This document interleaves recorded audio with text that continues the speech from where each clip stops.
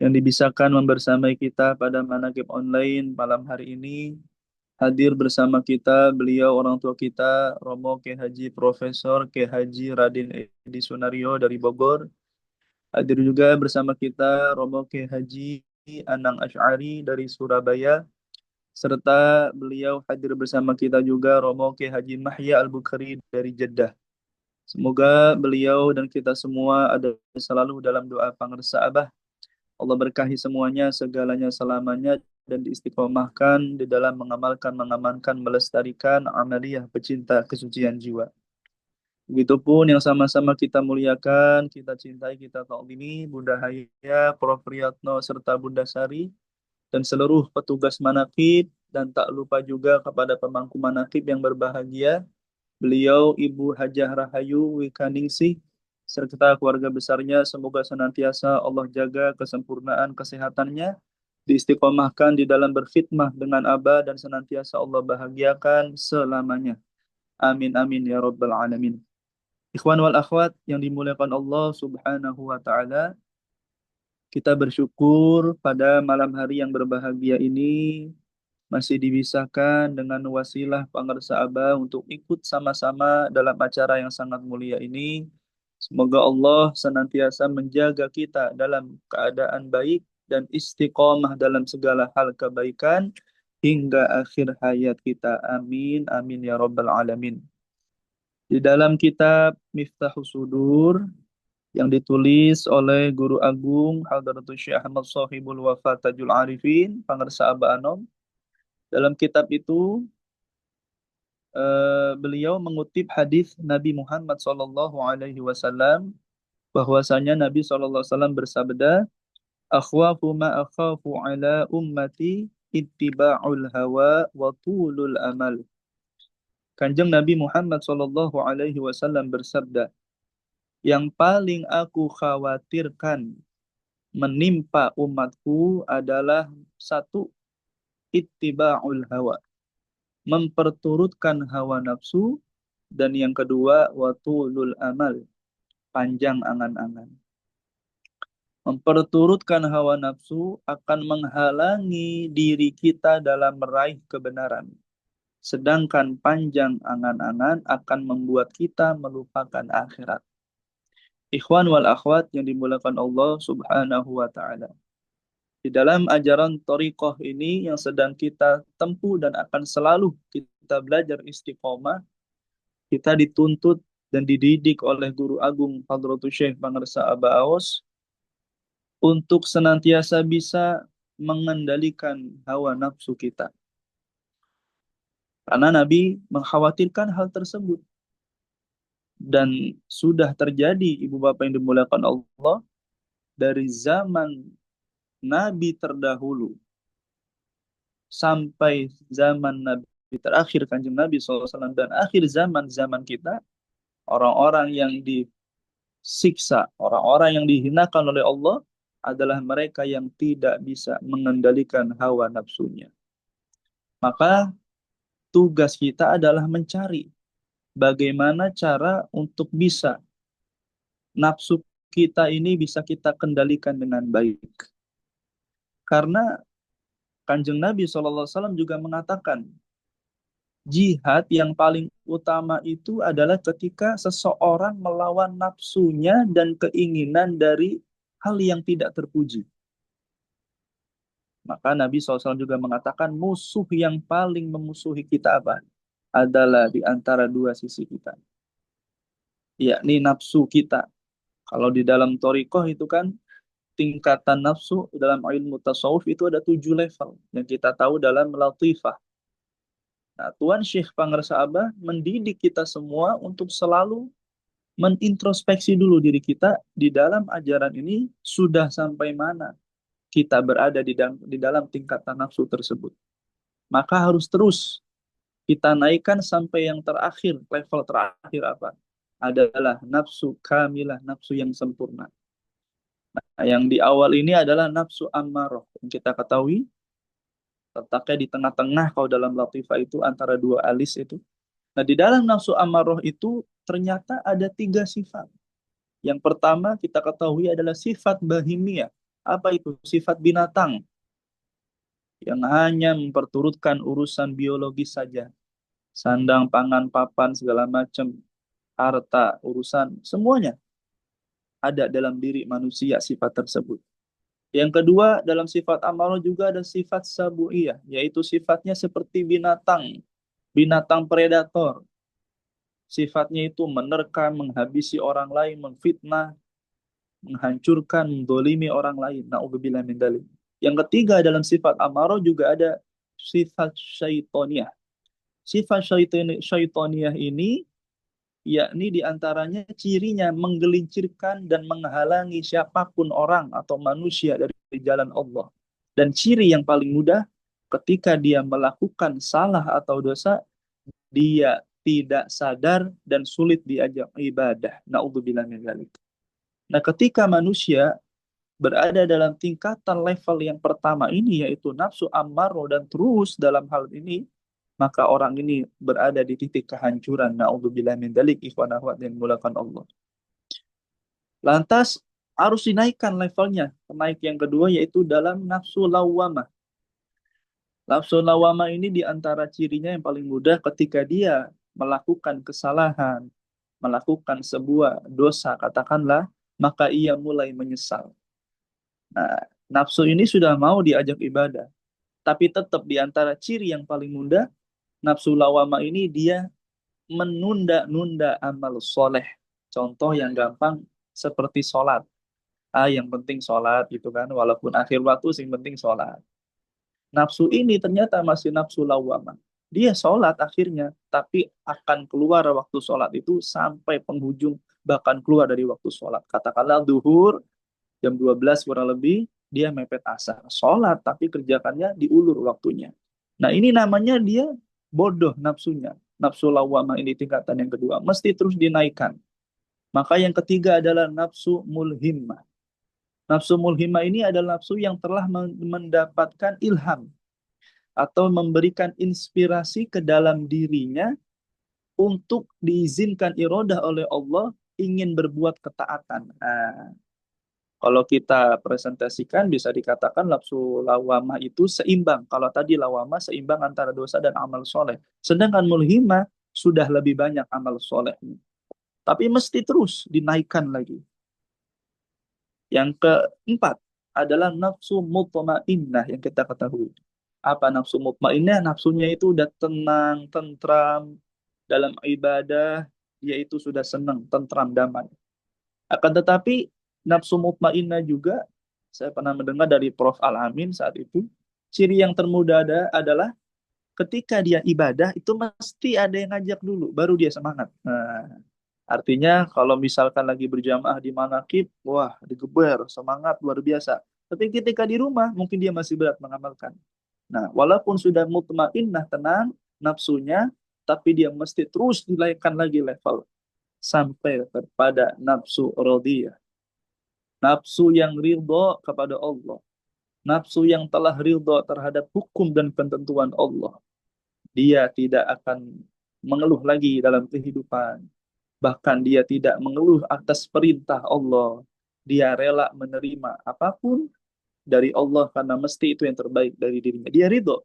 Dan yang keenam adalah maradiyah, nafsu yang diridhoi Allah. Merasa diridhoi Allah. Pasti diridhoi Allah. Dan ciri yang paling mudah, dia enteng mengamalkan amaliyah mursyid, katakanlah, tanpa dipaksa.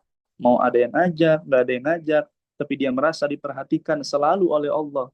Merasa diperhatikan oleh guru mursyidnya, dan dia di dalam mengamalkan amaliyah mursyid, kalau pangersabah bahasa mudanya, tidak terganggu oleh apa yang dilihat, tidak terganggu oleh apa yang didengar. Ia istiqomah dimanapun, kapanpun, dalam situasi kondisi apapun, tetap mengamalkan amaliyah mursyid. Nah, yang tertinggi adalah nafsu kamilah, nafsunya telah sempurna. Tadi ibadahnya ringan, ciri yang paling mudah kalau pangan sahabat, doa terakhir kita munajat wa a'tini ma'aka abadan. Ciri orang yang telah bersama dengan Allah, a'tini ma'aka abada, diijabahnya doa tersebut adalah dia mudah dan merasa ringan untuk mengamalkan amaliyah dengan istiqomah. Nah, di dalam nafsu kamilah tersebutlah ada ilmu yakin, ainul yakin, serta hakul yakin. Inilah nafsu atau tingkatan tertinggi dalam tasawuf yang telah dicapai oleh Guru Agung Hadratus Syekh Pangarsa Abbas sebagai guru mursyid kita. Maka ikhwan akhwat kita semua mesti mengintrospeksi hal tersebut. Sebab Nabi juga mengatakan hasibu anfusakum qabla an tuhasabu. Kata Nabi SAW, hisablah diri kalian sebelum kalian dihisab. Maka ketika kita melihat titik-titik latifah yang sudah tersebar ada di internet, kita bisa lihat di madrasah Pangersa Aba, itu kan di beberapa madrasah kan terpajang tuh titik-titik latifah. Nah, hal tersebut bukan hanya sekedar kita lihat, Ibu Bapak yang dirahmati Allah, tapi hal ini mesti terlalu kita introspeksikan dalam diri kita sudah sejauh mana kita mengamalkan amalia mursyid dan sudah sejauh mana asar atau bekas yang kita rasakan dari mengamalkan amalia pecinta kesucian jiwa ini. Sebab ikhwan akhwat yang dimulakan Allah, amaliyah yang sedang dan kita tempuh ini adalah amalannya orang-orang yang telah sukses melawan dan menghancurkan nafsu buruk dalam dirinya. Sehingga mereka hidupnya dimuliakan Allah, wafatnya dimuliakan Allah. Bahkan seluruh apapun yang terhubung dengan dirinya akan menjadi mulia. Simpelnya seperti ini, ikhwan akhwat dimuliakan Allah. Kalau di bulan Rajab nanti kan itu ada peristiwa Isra wal I'raj Kanjeng Nabi Muhammad Shallallahu Alaihi Wasallam. Mengapa kita mesti berbaiat mengambil talqin dzikir dari Syekh Mursyid yang hidup? Karena Syekh Mursyid yang hidup itu akan bisa menghubungkan kepada Syekh yang telah wafat. Simpelnya seperti itu. Dan kemuliaan, sir rahasia yang Allah berikan ke dalam seorang guru mursyid yang hidup, itu akan mudah mengalir kepada para murid yang ditalqin, katakanlah seperti itu. Walaupun murid tidak bisa apa-apa, katakanlah, mohon maaf secara keilmuan, dia tidak bukan orang yang berilmu, orang yang awam, katakanlah saya dan kita semua yang masih belajar. Akan tetapi kita ikut kepada orang mulia, mesti dimuliakan. Simpelnya sebagaimana ciri ketika Isra wal Mi'raj, Kanjeng Nabi SAW. Itu kisah masyhur. Ketika Nabi SAW berjumpa dengan Allah Subhanahu wa Ta'ala, dari langit ke satu, kedua, ketiga, terus itu ditemani dengan malaikat Jibril, kita tahu kisahnya. Akan tetapi setelah langit ketujuh sampai kepada bertemu tempat yang Allah ke tempat Allah yang Allah kehendaki untuk berjumpa dengan Nabi SAW, saat itu kan Nabi ingin membuka sandalnya dalam sisi riwayat. Nabi ingin membuka terompah atau sandalnya, tapi oleh Allah Ta'ala tidak diizinkan. Dan sandal tersebut menempel di kaki Nabi hingga berjumpa dengan Allah Subhanahu wa Ta'ala, Allah yang Maha Agung, yang Maha Mulia. Yang di sini ingin saya bahas sedikit mengenai sandal. Sandal itu kan bukan makhluk hidup, artinya dia tidak memiliki akal, dia tidak memiliki hati sebagaimana manusia pada umumnya kita semua yang memiliki akal, memiliki kolbu. Akan tetapi ketika sandal itu ikut diikat atau menempel ke sesuatu yang mulia, bahkan makhluk yang paling mulia, yaitu baginda Nabi SAW, maka benda mati seperti sandal saja mampu berjumpa dengan Allah Subhanahu wa Ta'ala karena menempel di kaki yang mulia baginda Nabi Agung Muhammad Sallallahu Alaihi Wasallam. Begitupun kita, ibu bapak yang dirahmati Allah. Kenapa kita mesti mencari seorang guru mursyid? Kita mesti mendapat hak talqin dzikir. Bahkan Syekh Abdul Qadir mengatakan, walaupun berjalan 1000 tahun, kamu mesti mendapatkan satu kalimat dariku. Karena di antara yang paling mudah kita pahami, itu adalah kasih sayang Allah melalui kejembaran rohmaniyah para kekasihnya. Karena kita orang yang awam, kita tidak tahu apa-apa, tidak punya apa-apa, tidak mampu, tidak bisa apa-apa, hanya punya guru saja katakanlah. Karena guru adalah makhluk hamba Allah yang telah Allah muliakan dan telah mencapai level tertinggi dalam tingkatan nafsu. Nafsu kamilah. Sehingga guru seorang mursyid mampu membawa murid-muridnya. Walaupun, mohon maaf lahir batin, seorang murid tertatih-tatih mesti melawan nafsunya walaupun baru di level pertama nafsu ammarah. tapi dia terus istiqomah, misalkan mengamalkan terus dengan istiqomah, maka karena yakin dengan gurunya, batin kolbunya telah terikat dengan talqin dzikir dan terhubung dengan ruh-ruh yang suci, maka dengan para ahli silsilah yang dihubungkan dengan Syekh Mursyid, maka ketahuilah sebagaimana tadi sendal ketika Isra Mi'raj dia di'rajkan ketemu Nabi SAW dengan Allah Ta'ala, maka sandal yang benda mati saja tadi bisa terhubung, karena terhubung dengan makhluk yang paling mulia baginda Nabi SAW, maka dimuliakan Allah, bisa berjumpa dengan Allah yang maha mulia. Begitupun kita, ibu bapak yang rahmati Allah, beruntung, sungguh beruntung manusia-manusia pilihan Allah yang telah ditemukan dengan wali yang mursyida. Karena Allah akan memandang kekasihnya, yaitu Pangersa Abah di zaman ini. Walaupun murid, sahabat Abah mengatakan, walaupun muridku buruk, katakanlah Tuhan Syekh mengatakan begitu, maka aku yang baik. Muridku buruk, aku yang baik.